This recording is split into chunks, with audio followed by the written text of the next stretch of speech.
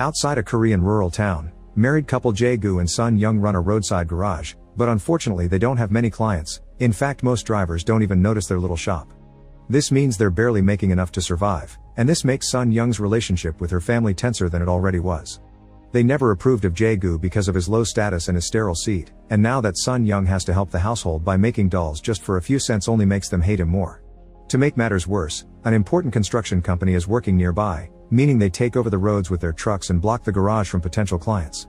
One morning, a frustrated Jae-gu goes to the construction site to try to ask the manager and his wife Yi-ri for compensation, but after he accidentally bumps into their child, he's seen as a crazy person and taken away by security.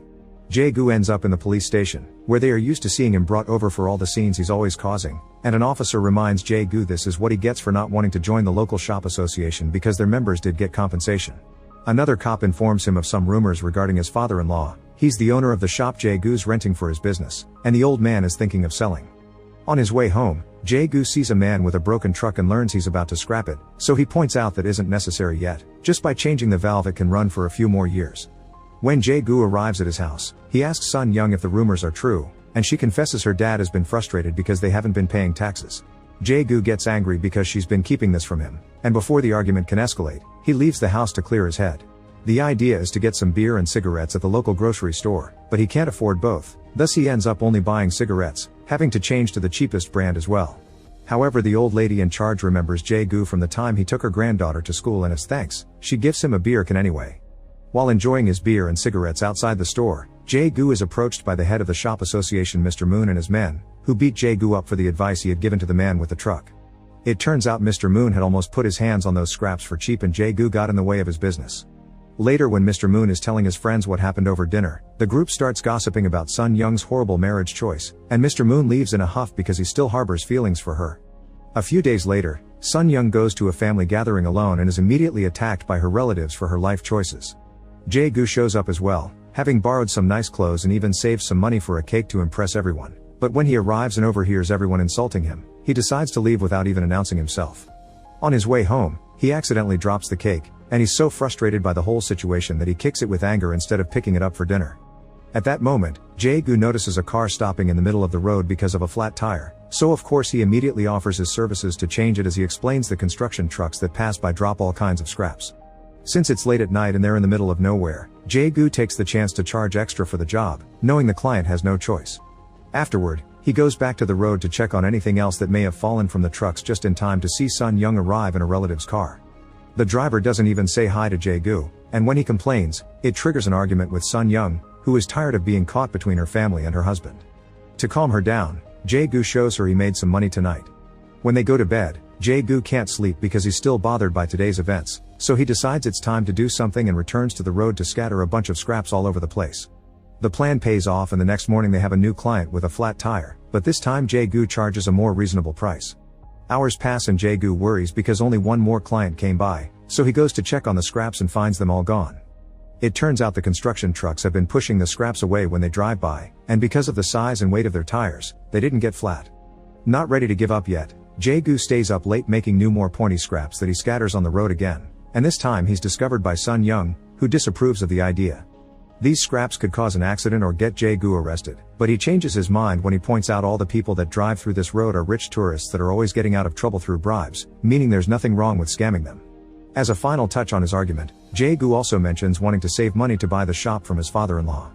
Sun Young's initial skepticism slowly melts as days pass and she sees the money this idea brings in, finally allowing them to buy better food. One morning, Yi-ri's car is the latest victim of a flat tire, and while Jae-gu does his job, Sun Young offers her a drink and conversation to keep her happy and paying. However, Yi-ri is incredibly condescending towards them because of their social status, and when she hears Sun Young only makes 5 cents for every 10 dolls, she buys one for $10 out of pity. Feeling insulted at the fact she's being treated like a charity case, Sun Young finally goes all out and helps Jae-gu make an argument for why he needs to charge Yi-ri so much money just for a tire replacement. From then on, she's more supportive of her husband's plan, bringing him drinks while he makes scraps and even admitting she would love to have money to dress like Yi-ri. Late at night, Sun Young also begins going with Jae-gu to the road to hold the flashlight while he drops the scraps and offers some ideas to make the plan better, like sticking nails to the ground instead of having to come back every night to replace the scraps. One evening, they're found by a police officer that wonders what they're doing on the road at this hour, but they manage to quickly get him off their backs by pointing out he's using the police car for personal matters, judging by the fact he isn't wearing his uniform and there's a girl with him. The next morning, the couple doesn't have any clients because they're laying low for a few days after their encounter with the police. But since Sun Young's received her payment for the dolls, they decide to treat themselves with it. Jae-gu goes to the grocery store for beer and to clear his debt, taking the chance to give the kid a ride on his scooter to celebrate, and Sun Young does her hair in the salon for the first time in years. The fact the couple is doing better financially now soon reaches Mr. Moon's ears, who begins getting suspicious. When night falls, Jae-gu and Sun Young return to the road with a drill and stick their first nail in the pavement. The new plan works, and soon Jae-gu tells Sun Young she can buy as many dresses as she wants, but he won't be spending much because he wants to concentrate on buying the shop. Meanwhile, Yi-ri discovers her kid has been kidnapped. When the police ask her about anyone that may have a grudge against her, she comes across the doll she bought from Sun Young and accuses the couple of being scammers. The police chief doesn't think he has enough evidence to arrest them, but things take a quick turn when one of the officers shares the fact he saw the couple behaving suspiciously on the road the other night. In just a few hours, the cops find Jae-gu and arrest him, but not Sun Young, since they've heard about him making a scene on the construction site and bumping against the child, making him the prime suspect.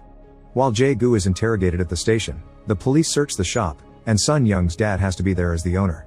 Instead of being helpful and supportive of his daughter though, he keeps insulting Jae-gu and telling Sun Young that she's reaping what she's sown. At the end of the day, there's no evidence to be found anywhere and Jae-gu is released without charges. The police chief drives him home as an apology, but while at first he shows an understanding of his situation, soon he's telling Jae-gu to stand up for himself and to stop bringing his men trouble. The following morning, Jae-gu gets his tools ready to go back to the road since they've been losing money while he was away. Sun Young worries about her husband and the possibility of being found out, but she can't convince him to take a break. In the meantime, Mr. Moon is still convinced that Jae-gu is hiding something, and since the police can't do anything without proof, he agrees with his brother the cop to take turns keeping an eye on the garage couple. The next time Sun Young goes to the road to stick a nail in it, Mr. Moon sees her and finds the nail after she's gone, so now he has to think of a way to use this information in his favor. Now that the nails are out again, business picks up once more and the garage couple can afford to eat out, so they don't hesitate to treat themselves. One afternoon, an elderly couple gets a flat tire on their way to the hospital and asks Jae-gu for a discount, but he still charges them the full price. That same day, Sun Young goes to the grocery store and is approached by Mr. Moon, who confesses he knows about the nails and asks Sun Young to come to see him in private if she wants him to keep the secret. When night falls, neither of them can't sleep. Jae-gu feels guilty about overcharging the elderly couple because now he keeps thinking about his own dead parents, and Sun Young is worried about what Mr. Moon may do. Pretending to be asking a rhetorical question, Sun Young wonders what they should do if someone ever found out about their scam, and Jae-gu replies he would quit before that person went to the police. The following day, Sun Young thinks thoroughly about how much this plan has improved their lives and takes the hardest decision in her life. She goes to see Mr. Moon and accepts to get busy with him in the backseat of his car to buy his silence. Afterward, Mr. Moon tells his brother to drop the surveillance on the garage couple. Paying for Mr. Moon's blackmail leaves Sun Young feeling incredibly dirty, so when she comes across some old friends that invite her to come shopping with them, she accepts in order to take her mind off things. By the time she returns home, it's incredibly late, but she's looking like a whole new person with her new hairdo and dozens of cute dresses. Jae-gu complains about the lack of homemade dinner, but Sun Young ignores him and takes a shower using a dangerous solvent because there isn't enough money in the world to make her feel clean again. It isn't until Jae-gu goes to sleep that Sun Young allows herself to cry her heart out.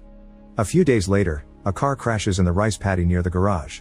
Knowing the police will be there soon, Jae-gu rushes to the road to take out the nails and notices a man coming out of the car. As soon as this man sees he isn't alone, he runs away as if he was guilty of something, so Jae-gu checks the car and discovers the kidnapped child. In just a couple of hours, reporters rush to the shop to interview Jae-gu, who is seen as a hero now, and even the governor comes by to congratulate him. Sun Young's father shows up too, suddenly pretending to have always loved his son-in-law just to have a chance to befriend the governor. The rescue of the child earns Jae-gu a hefty cash reward that he uses to finally buy the shop, although Sun Young refuses at first because her dad is charging them extra on purpose. Jae-gu is aware of this and buys it anyway because he enjoys being passive-aggressive toward his father-in-law while they sign the papers, shaming him in front of the whole family for scamming his own daughter.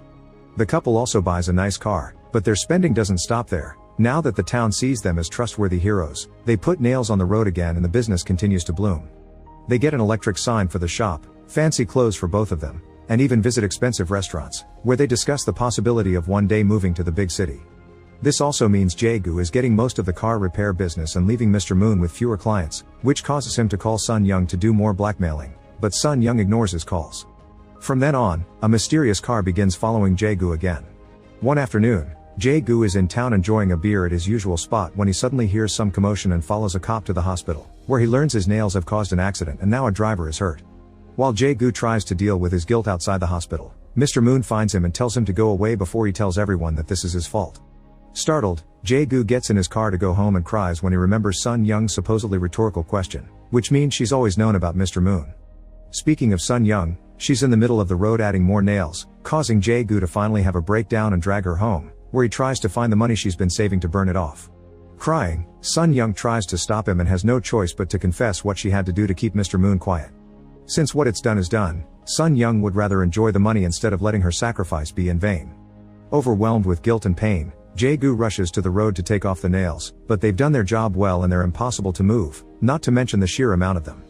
The next morning, while Sun Young continues to enjoy her new dresses and makeup, Jae-gu borrows a truck to drive it down the road, hoping its weight will bend the nails once and for all. Make sure to subscribe and turn on notifications so you can watch more videos like this. Thanks for watching.